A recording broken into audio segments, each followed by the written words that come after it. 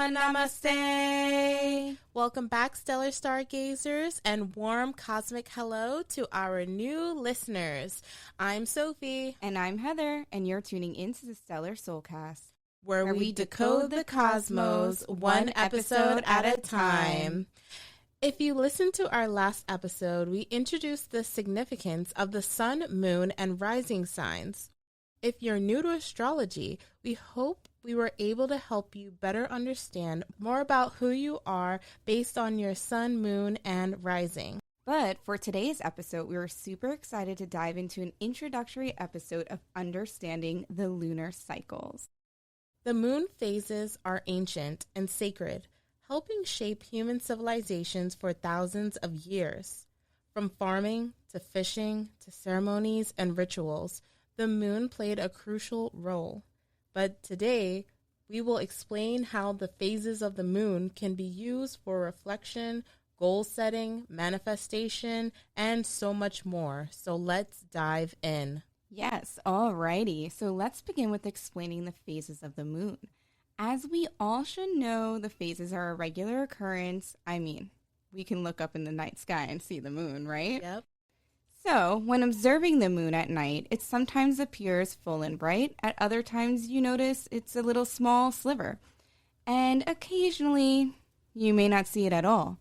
And why is this? Well, the moon itself doesn't change shape or size. What changes is how much of the moon's surface is being lit by the sun and how we see it from Earth. The moon is always half lit by the sun, very similar to our day and night here on Earth. Depending on the moon's position in its orbit around Earth, we see varying portions of this illuminated half. This changing view creates what we call the moon phases.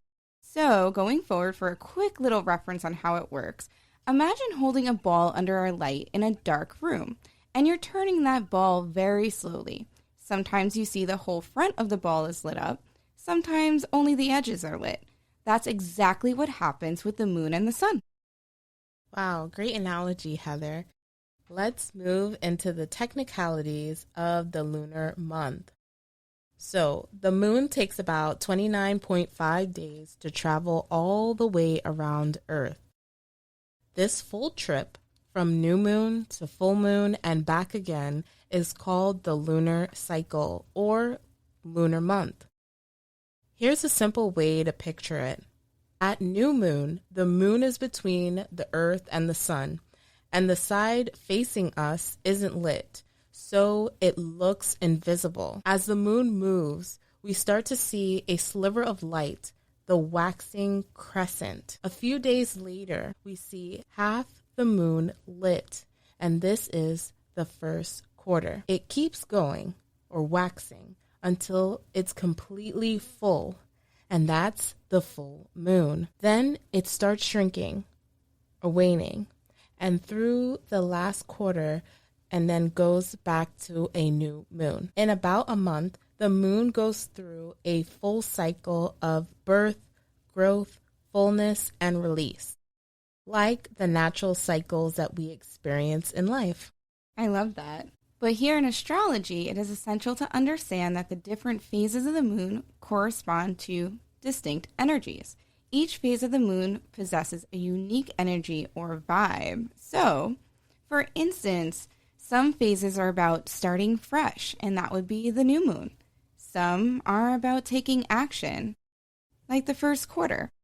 Other phases of the moon is about celebration and reflection, the full moon. And also about releasing and resting, like the waning phases. These energetic shifts are very subtle but powerful, and many people use them for goal setting, emotional healing, creativity, and even manifestation rituals. So before we move forward, we want to summarize the importance that the moon's light reminds us that life moves in cycles or beginnings, growth, fullness, release, and rest. I'm going to pass the lunar light over to Sophie lunar light. I don't know why that was such a tongue twister, Thank but the you. lunar light over to Sophie, who's going to kick off explaining the phases of our moon. Awesome. Thanks, Heather. I'm catching that lunar light right now. So it is essential to note that there are 8 primary phases of the moon. We will review the energies associated with each phase and provide recommended actions for each. Let us begin. The first phase is the new moon, and it represents new beginnings. This is when the moon is not easily visible in the sky. You can also think of this as the blank page of the lunar cycle. So some energy associated with the new moon is quiet and internal. It is the perfect time to plant seeds, emotionally, mentally, and spiritually. Kind of like right now, as we're recording this, the new moon is in Cancer on June 25th. Right? And this moon is really significant because it's also aligned with the sun and Jupiter. And I know I'm going off on a little tangent. I love this. It's definitely a time to get in tune with your feelings, your emotions, as that's connected with Cancer. But I'm sorry for that Our little emotional tangent. little butterflies. Yeah. We love you guys.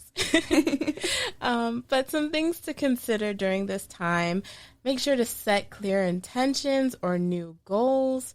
Reflect on what you truly want to manifest in life. The second phase is the waxing crescent, and it is a time of building momentum. During this phase, a small sliver of light appears and symbolizes hope and possibilities. Energy is starting to rise, but it's still tender. This is a phase for taking small, aligned actions. Now, you should start researching, planning, and making little moves towards your intentions. Stay hopeful even if you don't see immediate results.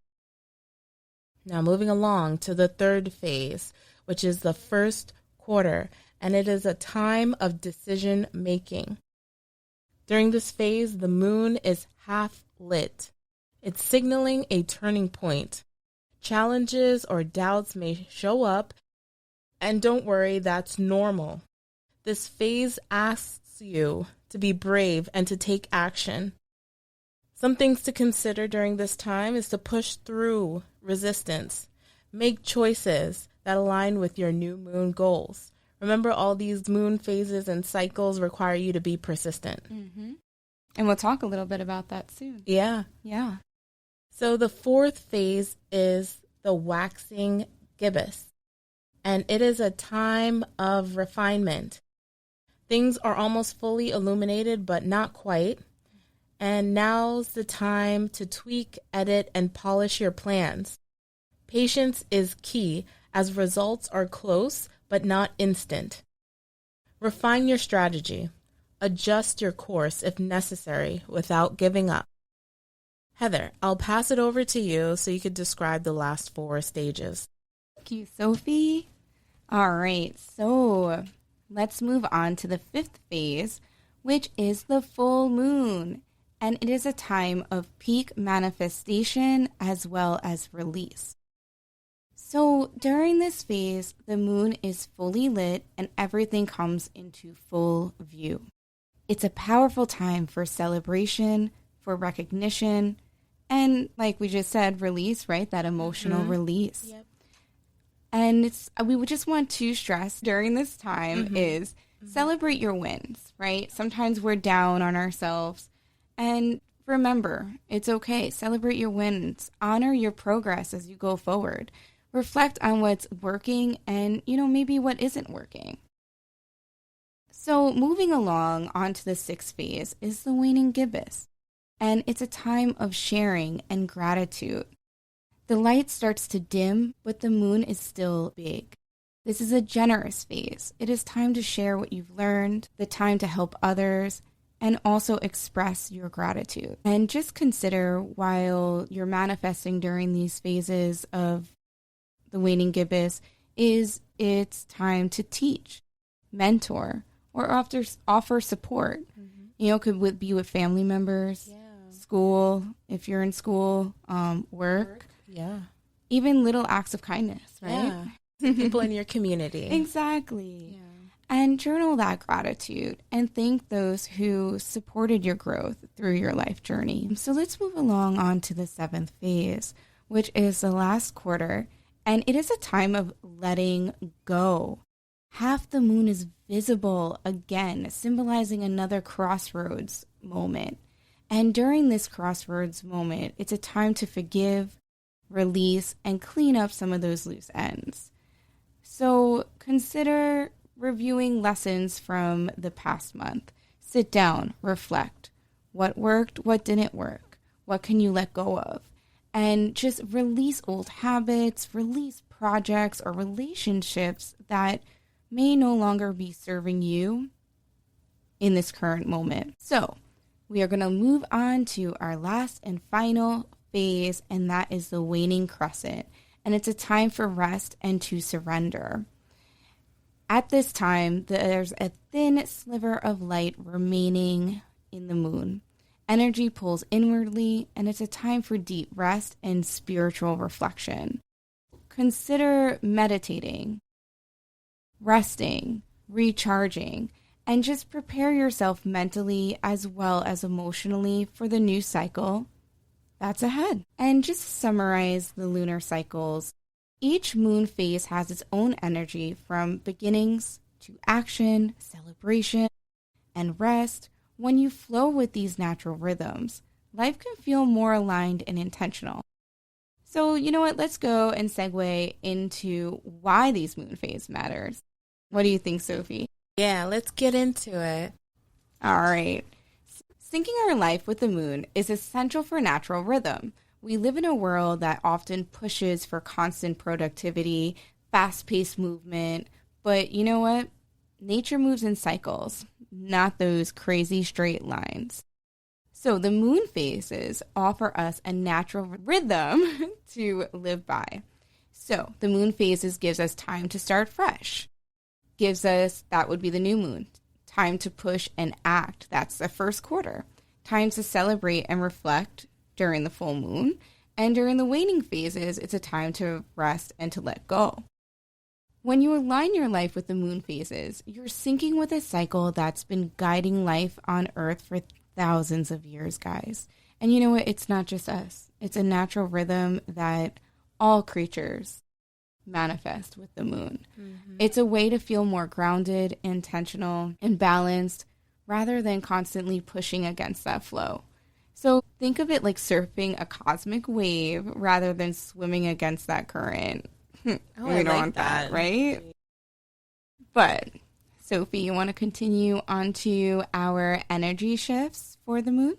For sure. Let's do it. So this is quite exciting. Even if you've never consciously tracked the moon before, chances are you've felt its effect. Many people feel energized during the waxing phases, that's the new moon to full moon. Others feel drained, emotional, or restless around the full moon.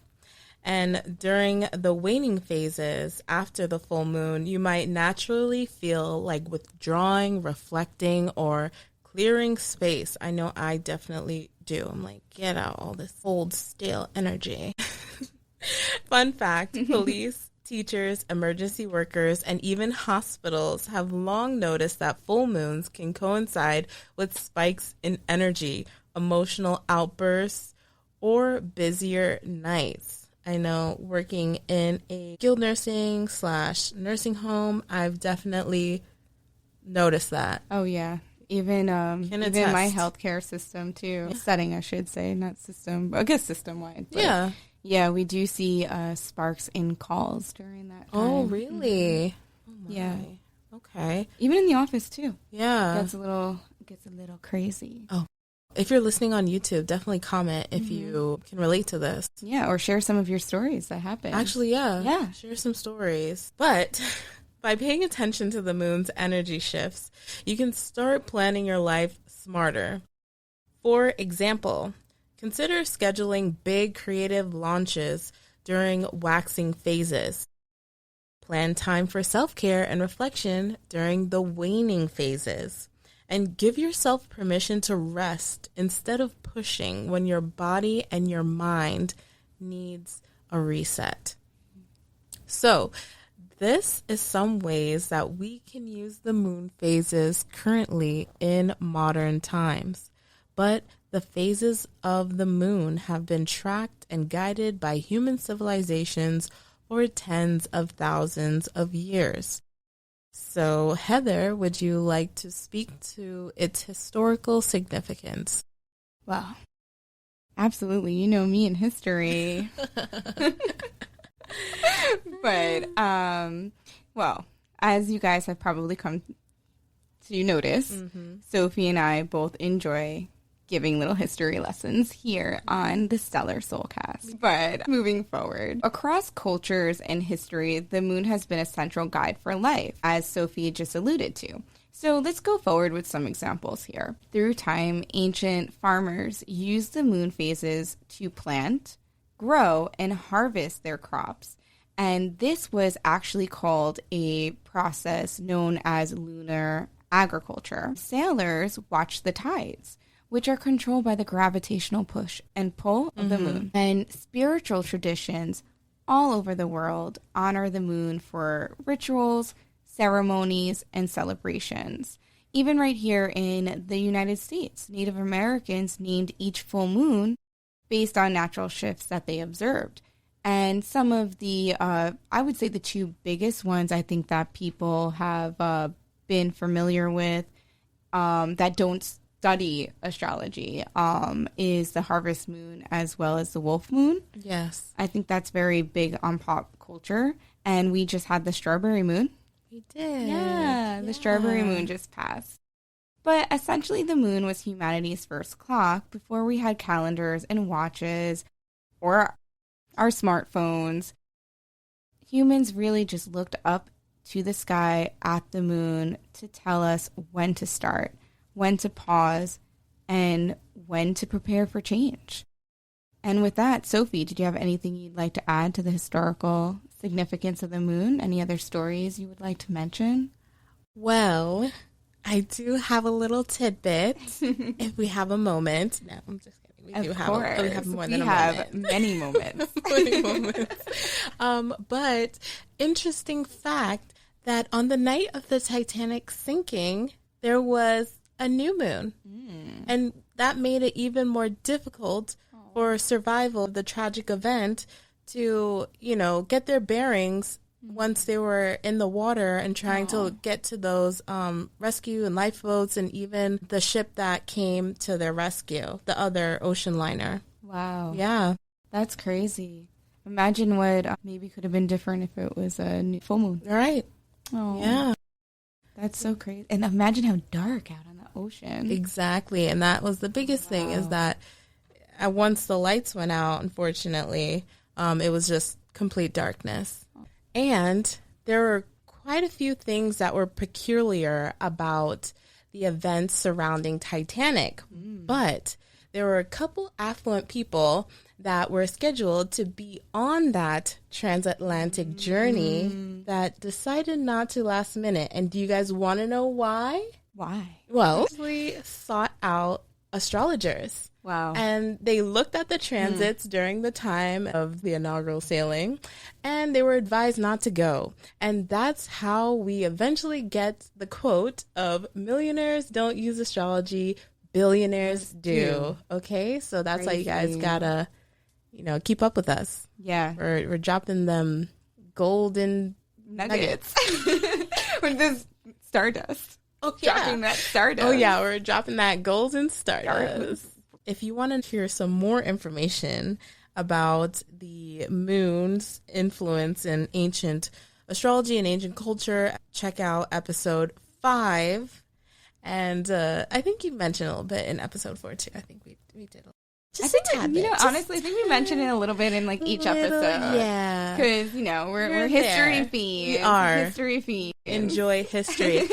But definitely check out episode 5. Yes, definitely. And all the others. Oh, yeah, for sure. But like for the history. For the history. Oh, man. Okay. So in summary, each moon phase has its own energy, from new beginnings to action, celebration, and again, that rest. When you flow with these natural rhythms, life can feel more aligned and intentional. Oh, yeah. We really want to take the time to speak to you, stargazers, about the significance of a moon journal. One of the easiest and most powerful ways to start working with the moon. So if you're wondering how it works, each day or every few days, note in your journal what phase the moon is in, how you're feeling emotionally, physically, mentally. Note down any strong experiences, dreams, or intuitive insights that come up or you experience. And also track what goals you're working on, especially ones that you've set during past new moons, intentions that you have for new moons coming up. And why does all of this matter? Well, over time, you'll notice patterns between moon phases and your personal energy. You might realize, for example, that you're always super creative during a waxing moon, but you need serious downtime during waning moons. And it's also helpful that you track the progress of your manifestations, or in other words, seeing how your new moon intentions evolve across the cycle. A quick tip, even 1 or 2 sentences a day can be powerful, as it doesn't have to be a long entry. Yeah, no, not at all. It's just another way to track you. Mm-hmm. But, so this is super special to me because another way to track these moon phases is not just moon journaling, but essentially rituals. I don't mean like rituals that you hear in pop culture where it's a little bit crazy and taken out of line, but it's just a way of creating a sacred space for you that is meant for intentions and growth. This is something I've personally done for many years. I probably started it back in my mid-20s. Well, that wasn't many years ago. Yeah, that wasn't. You know, Not maybe very long like ago at all. So, I'm not going to reveal my age, but I'm in my early 30s. It made me sound old, so but segueing back into this. Yeah. But out of all seriousness, it really is a special place for me to talk about because it's something that I love to share with people because it really helped me and to release a lot of anxieties I tend to manifest that I had built up for many years since I was a young kid. But here are some new moon ritual ideas for you. Set aside during the new moon 10 to 15 minutes to journal your goals or wishes in that journal, that moon journal Sophie just spoke to you about. And light a candle and visualize what you want to invite into your life and create a simple affirmation or perhaps an intention list. Moving on to some full moon ritual ideas you consider are reflect on what you've accomplished or learned. Write down things you're ready to release, maybe some fears, doubts, old habits, and after you write them down, tear them up. Maybe bury them or safely burn them, and that will help release energies associated with the fears, doubts, and habits. Cleanse your space, both physically and energetically. So for me, I do a sage ritual, and during that time, I make sure all the windows in my apartment are open. I can go into other ways of how I do it. I'm not going to go into detail, but I'll sage my space. At the end of it, I'll sage myself. I manifest. I do a little affirmation. And as I'm there, I release these energies back out into the universe through those windows, and just so that I can be recycled. Afterwards, I take a minute, I close everything and all the windows, and I sit there and just feel that cleanse and take a moment in for that cleanse. Wow, that sounds healing. Yeah, it really is a beautiful feel. It is a beautiful feeling. I say definitely, if you haven't tried it, Sophie, you should try it. I know we never actually spoke too much about things like that, like or rituals we may have done during special times. But it's really fun. And I just want to throw out there, stargazers, for some of you that might be sensitive to sage, you can also use Palo Santo during this. It's also a cleansing little thing there that you can use. See, I love that. No gatekeeping. Yeah, everyone, no gatekeeping. All inclusiveness. I love it. Yeah, because it's fun to not just do it, but it's meaningful to do it, right? Yeah. And it really, if it can reach anybody and anyone, I would love it too. Oh, yeah, that's just special and but is there anything wholesome? Thank you. Oh, 100%. And what about you, Sophie? You have anything you do? So, over the past couple of years during a new moon, I definitely would light a candle. Writing down my manifestations, and also using my singing bowl so clear the energy with sound. That's beautiful. Yeah. So that's some things that I do, because I also think it's a good time, even I know that there are certain phases that are useful for reflection, but I do also try to add that in any way that I can, and it's also useful when it comes to self-improvement and growth, but I digress. I love it. No. Yeah. That's not digressing. Yeah. Right? Because tracking it, there might be a correlation to a certain phase of the moon. That's when you feel the need to do that, right? Yeah. When we were telling them before, there might be little nuances that you weren't aware of. Yeah. Even though you track the moon and you know the moons that are, the moons that are coming, the phases of the moon that are coming, really honing in there, maybe you'll find something new that you thought you knew. And it's funny that didn't know, I guess I should say. It's funny that you mentioned that, because actually I got into lighting a candle because I like connecting with my ancestors, people who've passed on in my family, of course, just remembrance and just the warmth of it. And I realized that my grandma actually used to write down the moon phases and her dreams. Wow. Yeah, I found it after she passed away. Look at that. And I didn't even know. Wow. Goosebumps. Yeah. That's beautiful. Oh, Sophie, look at that. Oh, it's a little emotional. Beautiful. Yeah, but I think there's those little things that people can do every day, and they don't realize that they're even connecting, and maybe not connecting in a sense, because sometimes when people say, oh, connecting to things, I'll just keep it as that it'll be oh, spooky, scary, but sometimes it it just can bring you comfort. Yeah. And yeah, and I think a lot of that people have negative connotations because of what pop culture has brought it, or we can go into other things as to the reason why, but we're not going to get onto that in this space. But and it's unfortunate because there's beauty in all of these rituals, and not just with the moon, but connecting with our ancestors and your roots. Yeah, your roots, and it shouldn't be stigmatized. Wonderfully said and worded. Moving along, as you journal and tune into the moon, you'll start to notice your natural rhythms more clearly. By doing so, you'll be honoring your body's natural cycles, and you'll avoid burnout. You'll feel more aligned and make decisions that actually support your well-being. Just a friendly reminder, you're not meant to hustle nonstop.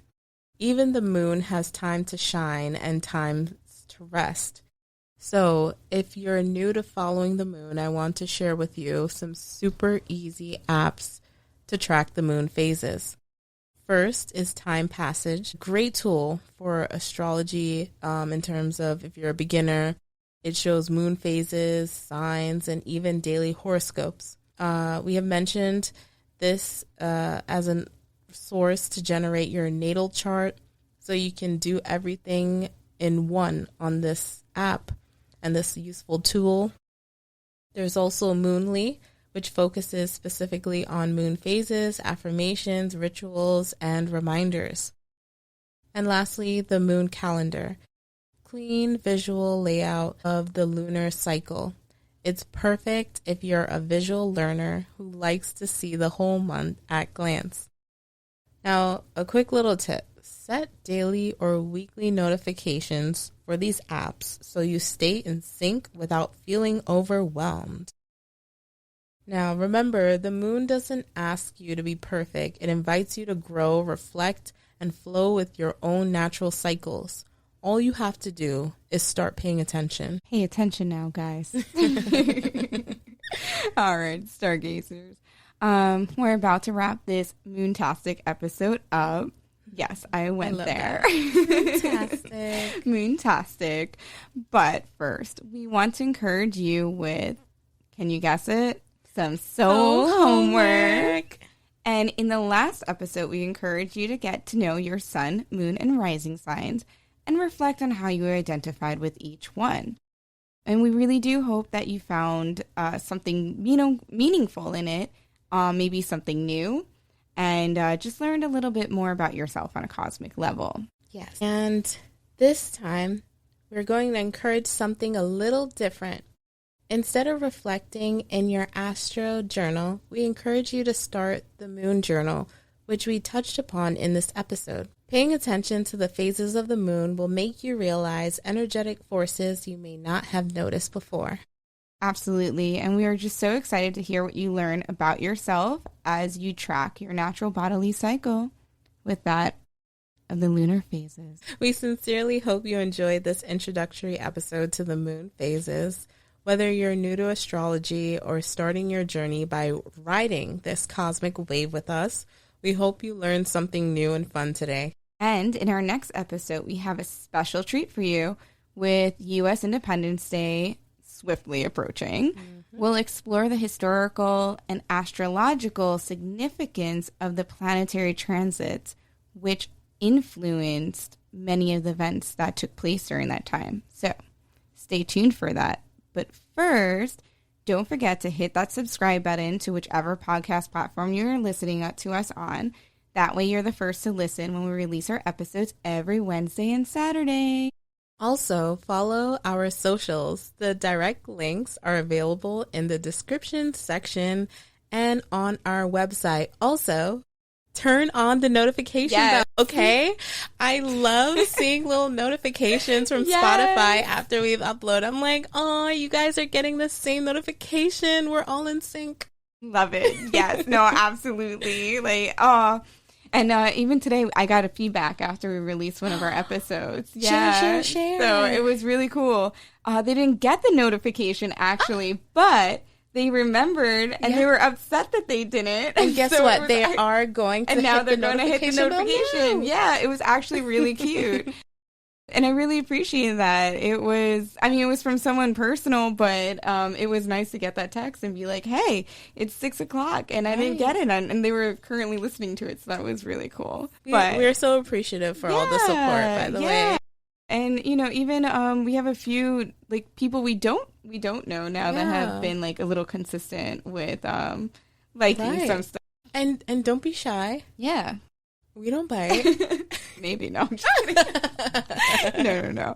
But honestly, we would also love to hear your thoughts about the podcast so far, or Soulcast, as we should say, so far. And if you have any questions regarding anything you heard today, anything you would like for us to touch upon in the future, just shoot us a message. We're here for you. Yes, I agree, Heather. Please let us know your thoughts. We love hearing from our listeners.